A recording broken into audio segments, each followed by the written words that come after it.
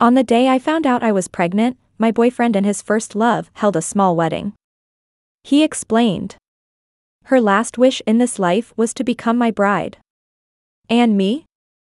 What am I? I finally understood that the decade of waiting and devotion could not compare to a single tear shed by his first love. Chapter 1. The moment Norman put the wedding ring on the bride, the whole room erupted in applause. The atmosphere was lively as he lifted her veil. I finally saw the person he had yearned for. Hillary, draped in a white wedding gown, was stunning, making me feel ashamed. The crowd cheered. "Kiss her, kiss her." Hillary timely stood on her tiptoes, pouting. He seemed hesitant, finally planting a kiss on her cheek. At that moment, he saw me under the tree. This was a wedding held in a hospital, adding a bit of romance and warmth to this usually solemn place. And this man who always said he would love me for a lifetime, who promised to give me a perfect wedding, was holding someone else's hand, making a lifelong promise to never leave them. And I just stood there, stunned. My hands and feet were cold. A breeze passed by, sending a chill across my face. This wedding, because of my presence, was forced to pause. Who's that? What's she doing here? It can't be a wedding crasher, right? She's nowhere near as good as the bride. All the guests' eyes were fixed on me. They frowned, disapproving, as if I were the villain. I caught Hillary's gaze. She furrowed her brows slightly, looking like an exquisite sculpture. Norman, flustered, let go of her hand and made a move toward me. "Nancy, I..." Hillary grabbed his arm, tears in her eyes, looking at me with pity. "Norman, this wedding can't go on without a groom." This usually firm and composed man hesitated. He looked at me but leaned towards Hillary. What was I still hoping for? To wait any longer would only bring disgrace upon myself. He won't choose me. I turned and walked away. "Nancy." Norman took a few steps towards me. Someone behind him shouted hoarsely. "Hillary." Chaos ensued. In the end, he didn't catch up. Chapter 2. I didn't sleep at all that night. Norman didn't come back either. Our chat interface was still frozen on that message. "Norman, when you come back, I have a surprise for you." Little did I know, he had already surprised me immensely. On the day I found out I was pregnant, my beloved walked into marriage holding someone else's hand. I thought he was on a business trip. I thought he was too busy to even reply to messages. Turns out, he was busy getting married. He made my waiting and surprises, everything I did, into a joke. The crumpled pregnancy report was no longer needed. Chapter 3. When I met Norman, he had just broken up with Hillary, facing a double blow in career and love. And my appearance was just a coincidence. Providing him solace. Providing him encouragement. I accompanied him from the lows to the highs, for a whole 7 years. 7 years. Later, he said he wanted to marry me. I thought it was out of gratitude, out of guilt. But he said, "I don't know when it started, but my eyes landed on you, and since then, I couldn't look away." At that moment, I couldn't describe my emotions. He didn't actually know. Long ago, he had left a mark on my heart. I had always been following his back. And on this day, my unrequited love finally blossomed and bore fruit. I used to think that way. I really thought so. But Hillary's appearance shattered all my illusions. It was just self-deception. He never forgot her. Chapter 4. As the last light of dawn disappeared on the horizon, I finally decided to leave. Just as I finished packing my suitcase, there was a commotion outside the door. Norman came in, looking weary. "Nancy, that wedding was countless." I looked at him silently, not saying a word. "Hillary has ALS, she wanted to be a bride one last time." In that moment, was his pain due to my lack of understanding, or was it because Hillary was about to fade away? I couldn't tell. Probably the latter. He rarely gets upset because of me. When I went to see her today, she was wearing a wedding dress. She wanted me to accompany her through the upcoming process. An indescribable sadness lingered on his brow. Nancy, I can't refuse, she's dying. Refuse? Did he really consider refusing? The smile on his face during the wedding couldn't be fake. He had married the person he had yearned for in his youth. He had dreamt of marrying her. I asked. When did she come back? Was it the day we went to pick out rings? In fact, everything was traceable. That day he received a call. He was usually composed and collected, especially considering his successful career over the years, rarely showing his emotions. But that day, he seemed absent-minded. There was a sorrow and urgency in his eyes that I couldn't fathom. He said there was a problem with work that needed immediate attention. I believed him. Later, he went on a business trip for a few days.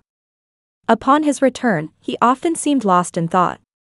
During that time, I always tried to make him happy. I truly thought he was facing a difficult problem. I hoped I could share his worries. So, he was worrying about another woman. I asked him. Were you with her during those business trips too? He remained silent. He never stooped to lying to me. But in the end, he broke his rule for Hillary. I suddenly realized that I didn't seem to recognize him anymore. But this face, the calm eyes and brows, the indifferent lips, all unmistakably his. I chuckled self-mockingly. Norman, forget it. He didn't respond, standing in front of me, towering and still. His lips were tightly pressed together. His Adam's apple moved slightly, as if he had something to say. But he said nothing. I pushed the suitcase, preparing to walk past him and leave. Yet, he grabbed my wrist, furrowing his brows, his voice hoarse. Nancy, don't go. I shook off his hand. Chapter 5. I went to the hospital, got examined, and scheduled surgery. Just as I arrived downstairs, I bumped into Hillary. She smiled at me, introducing herself openly. Hello, I'm Hillary. She was a ballet dancer. Her figure and appearance were impeccable. Standing next to her, our differences were stark. When Norman's business failed years ago, she left him and decisively went abroad for further studies. Perhaps people are always foolish. The unattainable is always the best.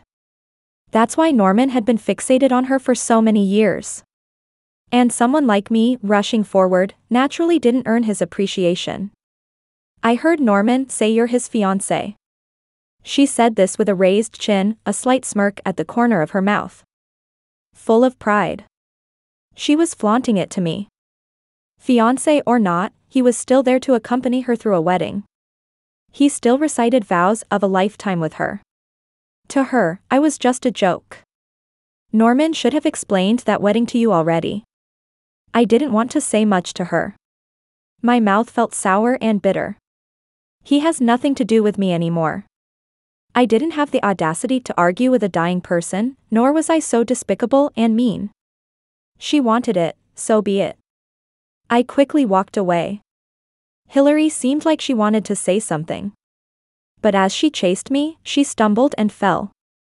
It was at this moment that Norman appeared. Chapter 6. This situation made him furrow his brows slightly. He hurried forward to help Hillary up.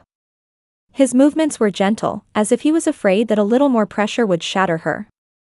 When his gaze met mine, there was a hint of sternness and reproach. Nancy, Hillary is a patient. Yes, she was a patient. So he could spend the whole night with her without explaining a thing, leaving me alone at home to overthink. It wasn't until the next day that he casually spoke a few words, asking me not to leave. I was never a priority to him. I did nothing, it was your wife who fell out of nowhere. I emphasized the word wife mockingly. His brow furrowed even tighter. Probably because of my attitude. I had always been considerate towards him. Over the years, I had almost never shown any sharpness in front of him. Truly, I was as humble as could be. Hillary looked apologetic, but her smile deepened. I fell on my own, it has nothing to do with Nancy. Norman, sometimes I can't control my movements. At that moment, I suddenly understood. Hillary was naturally proud, disdaining the use of any tricks. She merely had to beckon, show a little injury, and Norman would eagerly come over. He still had feelings for her, unable to blame her for leaving him. In the face of life and death, what did past grievances amount to? Hearing her words, Norman was taken aback. When his eyes met mine, he seemed to have something to say but hesitated. Hillary took the orange from his hand, speaking casually. All right, you two must have a lot to talk about. I'll go back to the ward first, take your time. Only then did I notice the orange, peeled clean by Norman. Chapter 7. Let me tell you something funny, I love eating oranges. But Norman doesn't like it. When we were just together, he took me out to dinner with his friends. He introduced me to his friends, making me feel secure. At that time, I didn't fully understand his likes and dislikes. To get closer to him, I offered him a piece of orange cake. He paused, lips tightly closed. There was a moment of silence in the air. His friends all looked at me. My palms were sweaty. Subconsciously, I wondered, did I do something wrong? Did I upset him? Someone intervened. Norman dislikes anything with an orange flavor the most. Nancy, you didn't know that, so take a penalty drink. The atmosphere quickly became lively again. But deep down, I still felt a sense of loss. It wasn't until one drunken night that Norman finally told me the reason. Actually, in his childhood, he didn't have an aversion to citrus fruits. His mother was unwell, always had a poor appetite. But she particularly liked oranges, which were always stocked at home. It was a cold winter. She peeled an orange for him one last time, kissed his cheek, and said, "Wait for Mommy at home. When you finish this plate of oranges, Mommy will be back." That day, he waited until the last hint of twilight disappeared from the sky. He waited until the snow fell heavier, past his ankles. Finally, he only waited to hear, "Norman, your mom jumped into the river." His mother died that winter. As he grew older, he learned that his mother didn't actually like oranges that much. It was just that she was sick, and oranges were cheap and brightly colored. His mother's oranges were merely a helpless choice under the dual oppression of life and illness. His voice choked up. Later, I never ate oranges or mandarins again.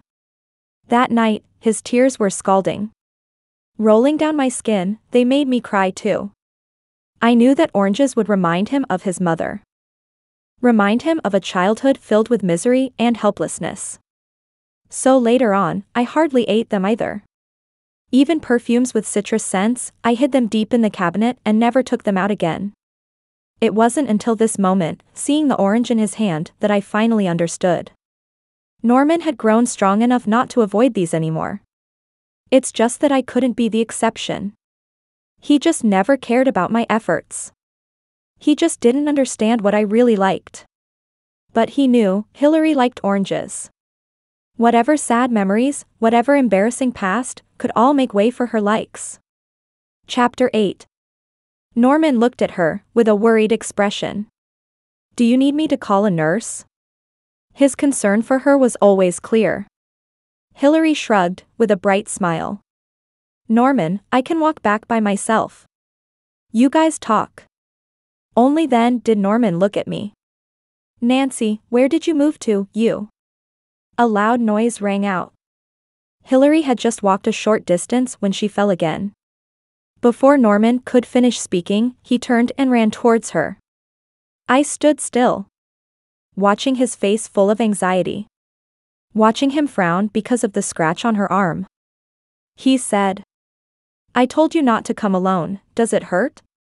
His tone was not heavy, it was like scolding, like flirting. He asked, "Can you still walk?" Hillary shook her head. He just picked her up horizontally. They left in the opposite direction. Hillary hugged his neck, turned to look at me, with a radiant smile. The triumphant look explained 2 words. "I won." She repeated her old trick.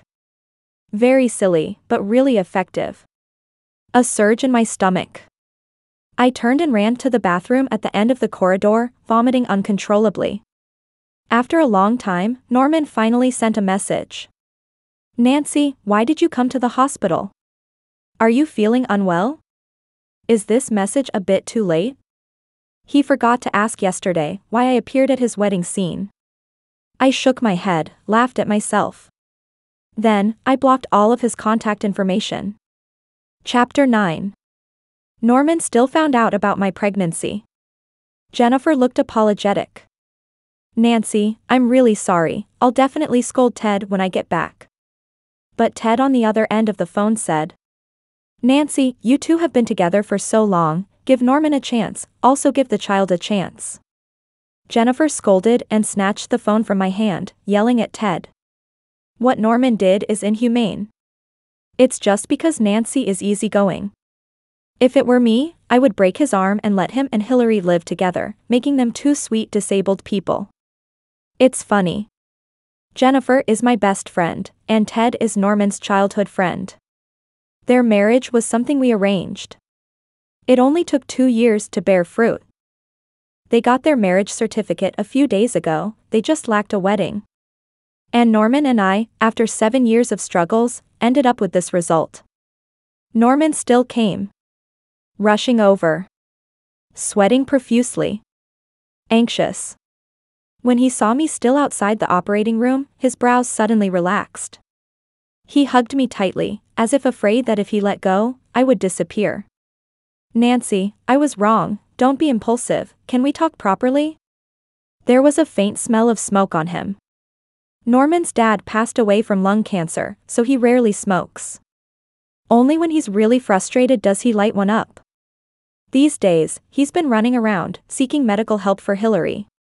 People started asking about me. They asked indirectly, how was my health? These people really think I could make Norman this worried. It's absurd. Stronger than the smell of smoke is the scent of jasmine. A few days ago, at the hospital, I smelled that familiar fragrance on Hillary. It suddenly dawned on me. It was our 2nd year together. Also the 5th year we knew each other. His dad passed away, and right after, the company faced some financial issues. During that time, Norman couldn't sleep at night. I worried about his health, got the doctor to prescribe some Chinese medicine, and made him some soup to calm his mind. After that, I took half a day off to brew the medicine for him. That day, I watched over that pot of soup. Waited until late, but all I got was a sentence. Nancy, I want to be alone for a while, just need some space. Don't worry about me. He only returned after a few days. He carried that hint of jasmine fragrance on him. Turns out, at that time, he went to see Hillary. To find his only emotional anchor. Even more absurd, when I asked him how he had that scent on him, he handed me a bottle of perfume. A gift for you, the salesperson let me try it, I thought you would like it. He remembered to bring me a gift when he went out to clear his mind. I thought, he must really love me. All the previous unhappiness vanished. During that time, our relationship progressed rapidly. He always liked to stick close to me, burying his face in the nape of my neck. Unfortunately, it wasn't until today that I understood his intentions. He didn't really like me that much. He just liked the jasmine fragrance on me. Unknowingly, I was being used as a substitute for Hillary. A poor substitute. Apart from that scent, we had nothing in common. Chapter 10. I struggled out of his embrace and gave him a hard slap. He stood there dazed, holding his face, looking somewhat lost. Jennifer looked at me. Nancy, what's wrong with you? I covered my mouth and ran to the bathroom. I vomited violently, as if trying to expel my heart, liver, and lungs. Jennifer handed me a bottle of water, patting my back continuously to help me catch my breath. Why are you vomiting like this? What a suffering. Norman stood at the door, a hint of distress on his face. A few red fingerprints, strikingly visible on his fair cheeks. I glared at him angrily. Do you know how sick you make me feel? That bottle of perfume, you deliberately chose it, right? Smells just like the one on Hillary. Of course, he knew what I was talking about. In an instant, his face turned pale. What was going through his mind when he was doing all this? Didn't he find it sickening himself? Nancy, let me explain. At that time, I didn't understand. I thought that scent made me feel secure. Later, I realized it was you who made me feel secure. Nancy, I truly wanted to marry you. I scoffed. All right, it's either her or me, either kick Hillary out of our lives. Or, we draw a clear line, from now on, you never appear in front of me again. Norman's expression froze. He seemed genuinely lost in thought. Jennifer shouted. What are you hesitating for? Of course, you should choose Nancy. You've known each other for 7 years, been together for 4 years. Have you forgotten all of that? But Norman didn't see it that way. Muttering to himself, he said. But she's dying, Nancy, she's dying. She's a ballet dancer, but she has ALS. Do you understand that kind of despair? His words seemed to mock me. Hillary was just losing her life, but what I was losing was love. How ridiculous. Norman, but you are my boyfriend. Are you going to pity her to the point of marrying her? Pity her to the extent of disregarding my feelings, leaving me time and time again to run to her? Do you really pity her, or are you unable to let go of your feelings for her? Can't you differentiate between the two? Countless times, he used ALS as an excuse to hide his lingering feelings for her. Such stubbornness. Norman remained silent. He just clenched his fists so tightly that his knuckles turned white, yet he didn't give an answer. At that moment, a phone call interrupted the deathly silence. Norman pulled out his phone. The voice on the other end was frantic. Someone was shouting. You need to come quickly. Hillary is attempting suicide. She doesn't want to live anymore. He panicked instantly. Meanwhile, a nurse called me into the operating room. In reality, he had already made his choice. I smiled and said, Go ahead, but don't actually die, or you'll have to hate me for the rest of your life. Being hated by such a person is quite a loss of merit. Norman looked at me, pleadingly. Nancy, promise me, wait for me to come back before making a decision, okay? I'm the father of our child, let's discuss this together. I tugged at the corner of my lips. My nails dug fiercely into my palm. These 7 years might as well have been spent feeding a dog. Another phone call. The urgency on the other end was palpable. Jennifer said fiercely. Norman, do you even have a conscience left? The visible anxiety on his face was undeniable. He probably truly feared that Hillary might be lost. Jennifer, seething with anger, said. Hillary is just a fraud, can't you see through her charade? How could he not see through it? Norman is not stupid. He is just being indulgent. He is just afraid that there's a 1 in a million chance that Hillary might jump from a high building. Nancy, wait for me to come back, so we can make a decision. I didn't say anything, then he turned to Jennifer. Jennifer, I beg you, watch over her for me, don't let her go in. Jennifer yelled. Look at yourself. Are you even a man anymore? I made him wait for a moment. Then I twisted off the bottle cap, poured the remaining half bottle of mouthwash over his head. Norman, we're done, don't come looking for me again. The water droplets snaked down his face, dripping onto the ground. He looked quite foolish.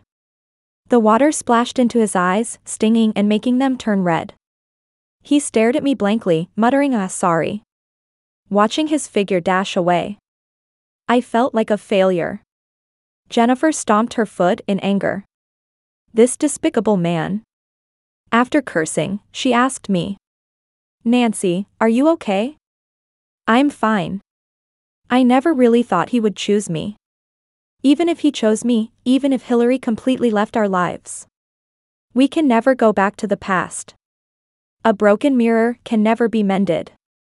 Before going into the operating room, I sent him a few messages. If you're willing, there will be many people who will have children with you. But in this world, there is only one Hillary. I want him to remember, this child was killed by him and Hillary. I want him to remember, he once lay on my belly and asked me, Nancy, do you like boys or girls? It was him who wanted a child, and it was also him who gave up on this child. To kill someone physically and to shatter their spirit, nothing could be more devastating. Chapter 11. The surgery was quickly completed.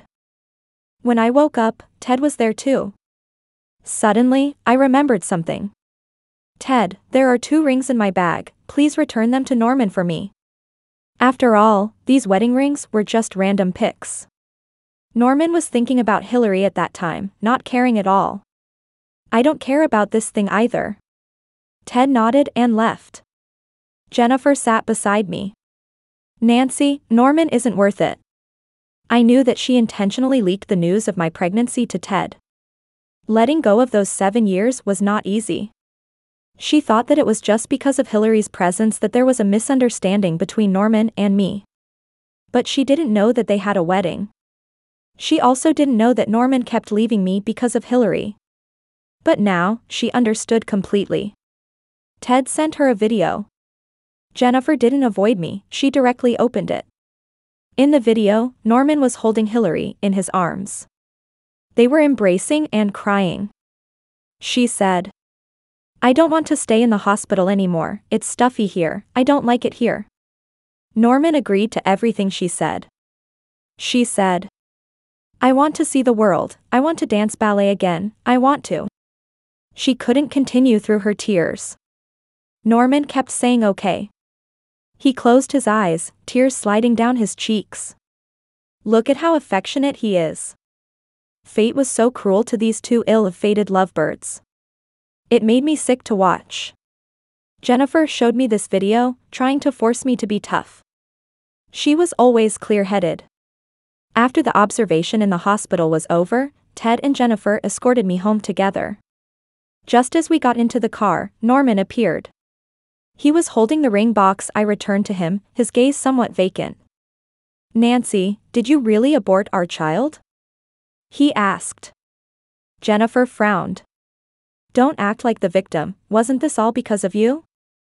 I asked softly. Where's Hillary? Is she asleep? Otherwise, why would he come here? Norman didn't answer, which was an admission. I smiled. If you are really that affectionate, then go die with her. Don't show up in front of me again. Because of this sentence, his vacant expression cracked. Pain, sadness, guilt. All leaked out through that crack. His eyes were bloodshot. I didn't say anything more. My lower abdomen was hurting badly. Even breathing had to be done carefully. Jennifer was furious, cursing. Clear the heart, then the next person who moves in will be comfortable. Why don't you understand such a simple truth? Norman, Nancy has been with you for 7 years. What about that Hillary? She abandoned you once, and you eagerly went back to her. Are you pathetic? Wasted affection, bad luck. Norman didn't argue. Jennifer wanted to close the car door. But he reached out and held onto it. Nancy, she will leave our lives. Jennifer rolled her eyes, sneering. Weren't you just saying you wanted to travel the world with her? Fine, you deceive one person after another. Norman, you're greedy for both. I'm closing the door now, if my hand gets hurt, I won't be able to take care of your old lover. Norman stood firm. No matter how much Jennifer scolded, he refused to let go. Ted got out of the driver's seat and advised gently. You better leave, what you did was despicable. Don't push your luck to get punched by your bro. Norman just stared straight at me. Nancy, those words just now were just to calm her. I will explain everything to her. He opened the ring box and handed me a women's ring. We can go back to how things used to be. We'll get married, and we'll have children. Ted shook his head repeatedly, then one by one, he broke off his fingers. Norman looked at me with trembling lips. His Adam's apple rolled slightly, but no sound came out. The pleading in his eyes was about to overflow. The car started. I glanced at the rear-view mirror. Norman stood in place, staring at the direction I was leaving for a long time. When he decided to leave me, he knew the consequences. He just made a pitiful appearance to highlight his deep affection. Following my gaze, Jennifer scoffed. The big romantic pretender. Chapter 12. In the following days, I focused on recuperating in the rental house. Jennifer often came to check on me. She said, "Norman is pestering Ted every day, asking for your address." I'm so annoyed. I smiled and continued to eat the orange pudding in my hand. One day, I received a call from Hillary. She asked me to go out and have a chat. I gladly agreed. When I arrived at the cafe, she was already seated. Setting aside our grievances, Hillary was the kind of girl who would catch your eye. She was really beautiful. She said, "Over these years, Norman has been under your care." I played with my hair, smiling. "Do you know what you look like right now? Like a proud thief, shamelessly stealing someone else's fruit and basking in it. Quite shameless." Some things just had to be said. Hillary stirred her coffee, her face showing no hint of annoyance. Matters of the heart are not the same as growing vegetables. I'm dying, so I'm giving up everything, trying to reclaim it all. If you want to blame anyone, blame yourself for not capturing his heart in 7 years. As she said this, chin raised, she smiled brightly. An attitude of a victor. It seemed like she really believed that her death would permanently seal Norman's love. She would become the mole on his chest. Irreplaceable. I mockingly said, "You're dying, what else can you hold on to? If you really have the ability, you should make sure Norman won't marry anyone else but you, even in the afterlife." Hillary, I know the living can't compete with the dead, but after you die, can you guarantee that he won't meet another goddess like you? She knew Norman's conditions better than I did. Exceptional looks, abundant assets. Easily attracting a constant stream of admirers. Hillary's smile froze on her face. I continued to provoke. "Let's guess, after your death, will he be thinking more about someone who has been dead for years, or will he prefer me, who is always around him but out of reach?" She invited me out not just to show off her victorious fruit. She was afraid. During this time, Norman had been inquiring about my news everywhere, even changing many numbers to call me. She must know all of this. She came to chat with me to test my attitude. To disgust me and make me completely give up. Unfortunately, I had long stopped caring about that lump of stuff. I smirked, saying, "If I don't turn back, do you think he'll miss someone who's been dead for years, or prefer me who's always in front of him but out of reach?" I took a sip of coffee. Quite bitter. "Hillary, you know better than me how pathetic Norman can be. Is he unable to have you, or is it a deeply rooted affection?" She pursed her lips, remaining silent. Seems like even she couldn't figure it out. Die beautifully in his arms, maybe then he'll remember you for a few more years. Leaving this piece of advice behind, I got up and left. She was like a wilting rose. At the brink of death, desperately absorbing love from others. To prove her existence, to highlight her significance. Quite pitiful. They continued to write their love story that transcended life and death. And I had nothing to do with it anymore. Chapter 13. After a period of rest, I accepted a headhunter's invitation and switched to a new company. This city, not too big, not too small. But big enough to make it hard to see those you bid farewell to. It was quite silly. At the beginning of my relationship with Norman, I resigned from the company to help him. I returned to my field of expertise only after his career stabilized. Putting aside emotions, it was a valuable work experience. But indeed disrupted my career plans. Looking back now, it was like feeding a dog with sincerity. Months passed uneventfully. One day, Jennifer came by to deliver an invitation. For various reasons, their wedding kept getting postponed. Finally, in this winter, it found its place. Jennifer asked me, "Norman will be there too, do you mind?" If you do, I'll have Ted keep him at bay. Ted and Norman had known each other for a long time. They had already agreed to be each other's best men. Of course, the wedding couldn't be affected because of me. I shook my head. Don't worry about me. Your wedding, do it however makes you happy. The wedding day arrived quickly. Norman, as the best man, followed Ted to escort Jennifer. He looked charming in his suit, much like the first time we met. Perhaps he didn't remember. But I did. It was an autumn day. I had failed to get into the graduate program, and then there was no hope for job hunting. I sat in the pavilion on the hill behind the school, suddenly missing my mom. If she were here, she would definitely cook me a delicious braised pork dish. After I finished eating, she would encourage me to keep striving. But she was no longer here. I stood at the mountaintop. For a moment, I felt like jumping off, disregarding everything. At that moment, I saw Norman. He had just succeeded in his business venture, wearing a suit, full of vigor. He stood beside me and casually said, "This is the best spot in the school with the most beautiful view, you can see the rainbow from here." I followed his gaze and indeed saw a rainbow. So mesmerizingly beautiful. I suddenly felt a sense of relief. The heavy burden pressing on me didn't feel as weighty anymore. It was probably just an offhand remark. But I remembered it for many years. It wasn't until 3 years later that I met him again. And then, 7 years of entanglement. Unlike that year, he now looked exhausted. He saw me too. The atmosphere was lively. But he just stood there, motionless, gazing at me. His eyes were complicated. I turned to the side, helping Jennifer adjust her skirt to avoid his gaze. Ted carried Jennifer downstairs. Jennifer's home was in an old residential area, with no elevator, only stairs. There were many people. A child accidentally pushed me.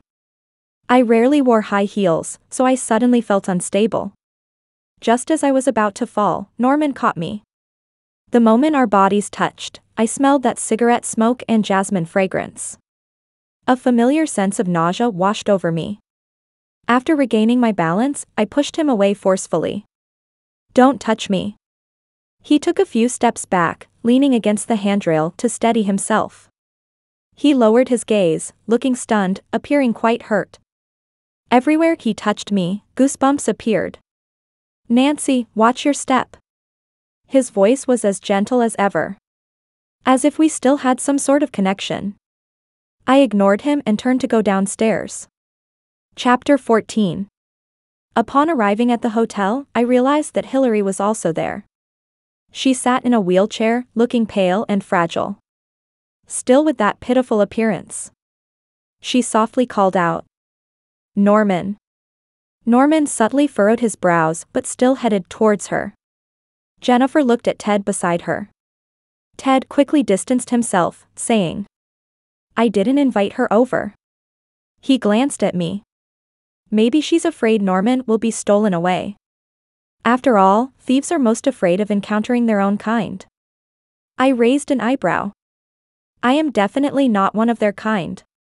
Ted shrugged. People with dirty minds think everyone else is dirty too. Jennifer sneered. Fine, since she has no shame, then I won't be polite either. Soon, the auspicious moment arrived. The background music of a love story started playing. Jennifer, dressed in a white wedding gown, slowly walked towards Ted. I stood below the stage, unable to hold back the tears in my eyes. At some point, Norman walked over to me. He handed me a tissue. I didn't take it. It was then that I noticed the wedding ring on his ring finger. So pretentious. Carelessly chosen. Refused to take it off after the separation, pretending to be affectionate. Hillary wheeled over. "Norman, we never exchanged rings that day." Norman didn't respond, turning to look at me. As if trying to see a hint of sadness and reluctance on my face. But he was bound to be disappointed. I kept my eyes on the newlyweds embracing on stage, smiling widely, urging them to kiss. Norman lowered his gaze. The people on stage should include us too, shouldn't they? His voice was soft, barely audible, drowned out in the crowd in an instant. But I heard it. Hillary heard it too. Her lips trembled. She knew very well that Norman's hus referred to him and me. Jennifer had suggested before that the four of us should have a joint wedding. At that time, everyone was in good terms, so such a proposal naturally passed unanimously. I never expected Norman to remember such a thing. Eating from one bowl, watching another. Truly disgusting. I stepped back a few steps. At that moment, a bouquet of flowers accurately hit Hillary on the head. Jennifer took the microphone from the host. "Oh my, how did it hit your head? I remember you've been married before, right?" Said she had a terminal illness, only wanted to get married once in her lifetime, so she snatched someone else's fiancé.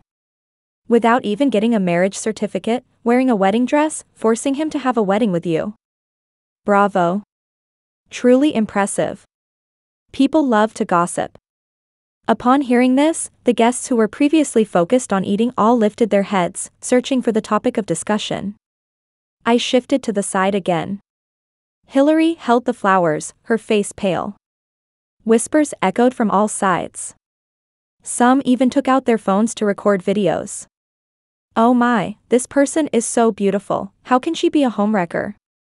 I tell you, she's just a seductress." Having a terminal illness is no excuse for stealing someone else's fiancé.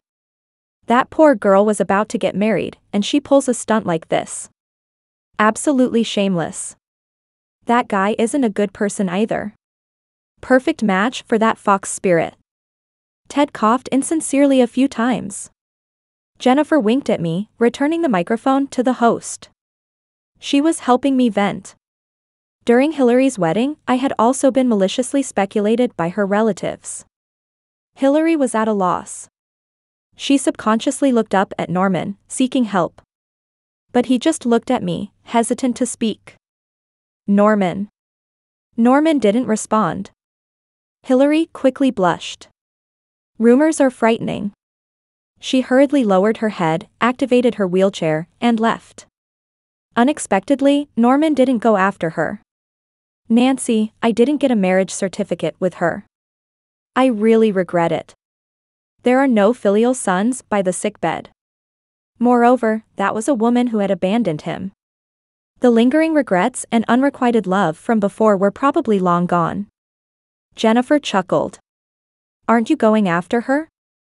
She might fake a suicide later, what if she actually dies? I don't want to be accused of murder." Norman glanced deeply at me and left. Jennifer spat. "This Hillary is so short-sighted, just seeing her makes me feel unlucky."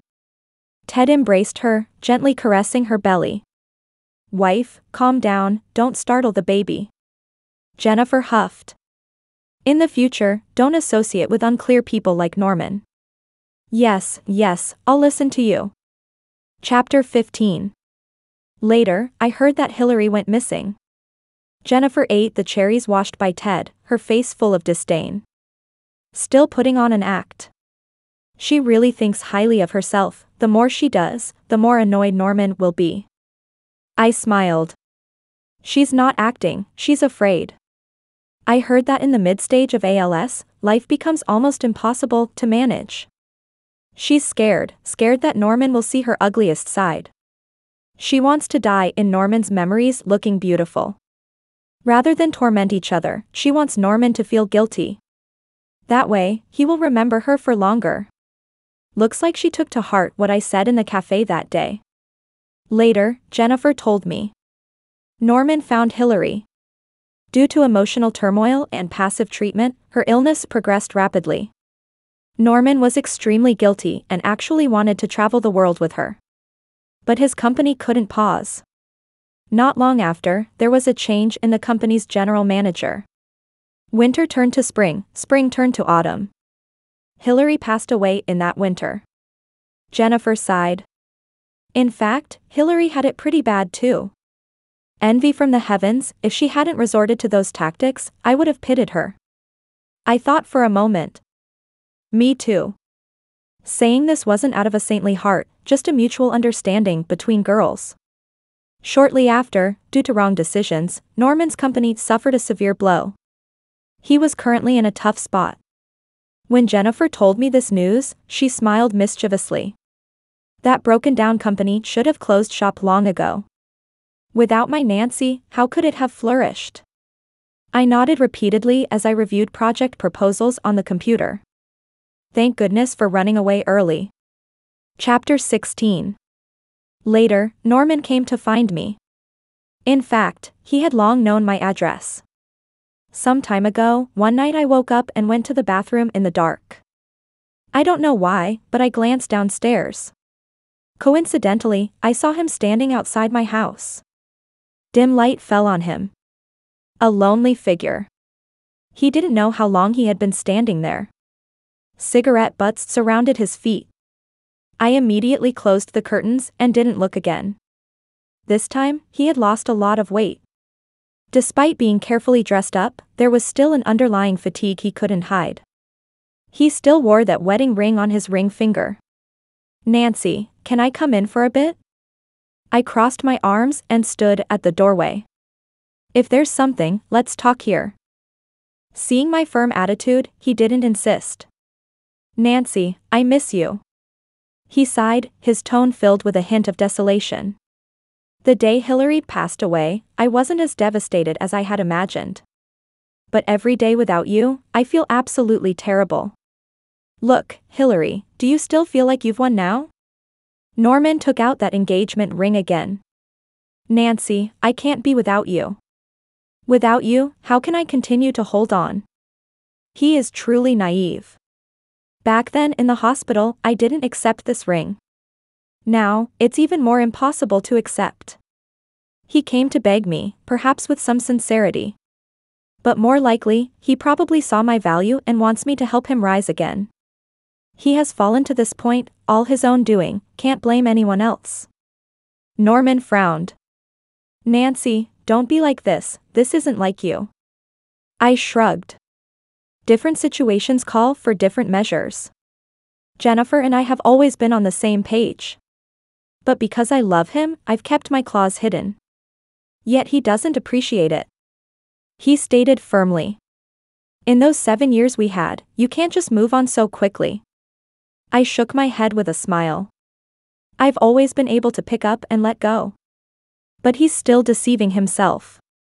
Norman, do you think everyone is as sentimental as you? He pursed his lips and said.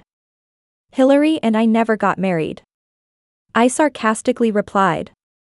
What's the point of telling me that? Do you want me to praise you?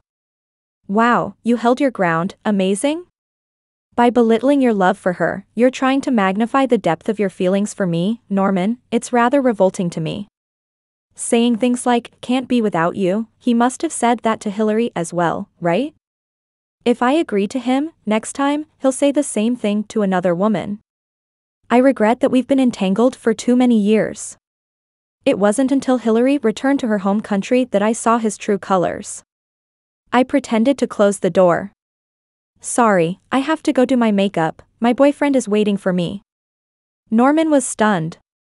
I don't believe you. Don't believe me? I raised an eyebrow, finding him quite ridiculous. Look downstairs, the one driving the Lamborghini, that's my boyfriend, taller, more handsome, and younger than you. He actually walked to the end of the corridor and looked out the window. Then, his face turned ashen. With a loud bang, I closed the door. On the phone, the new intern's voice was clear. Sister, when will I officially become a regular employee?